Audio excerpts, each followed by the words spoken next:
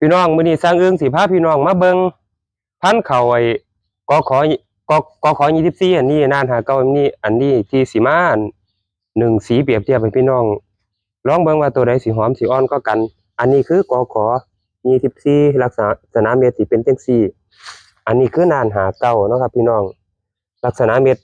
น่านหาเก่าสิออกสีแดงกอน้อยหนึงแล้วก็กข24สีเหลืองสิออกสีเหลืองๆ บัดนี้การเปรียบเทียบลักษณะของเมล็ดเนาะพี่น้อง อันนี้คือน่านหาเก่าอันนี้คือกข24ลักษณะเม็ดนี่สิใกล้เคียงกันครับพี่น้องความสั้นความยาวความหยังนี่ใกล้เคียงกันล่ะแต่ว่าของไอ้กข24ตัวนี้นี่สิอ้วนกว่าน้อยหนึง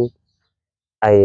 น่านหาเก่านี่สิออกไอ้เรียวยาวเนาะครับแต่ว่าอันกข24สิอ้วนกว่าน้อยหนึง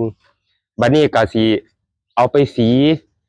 ก็สิเครื่องสีเขาน้อยครอบครัวของสร้างเอิ้งนี่ล่ะ สีแล้วก็สิมาหนึ่งเปรียบเทียบให้ใส่กันลองเบิ่งว่าอันใดสิหอมอ่อนกว่ากันแล้วสิเฮ็ดคลิปให้พี่น้องเบิ่งอีกทีหนึ่งว่าตัวใดสิหอมสิอ่อนกว่ากันเนาะพี่น้องเนาะหรือว่าสิมีความหอมความอ่อนสูสีกันนะครับแต่ว่าลักษณะเม็ดนี่คืองามใกล้เคียงกันล่ะ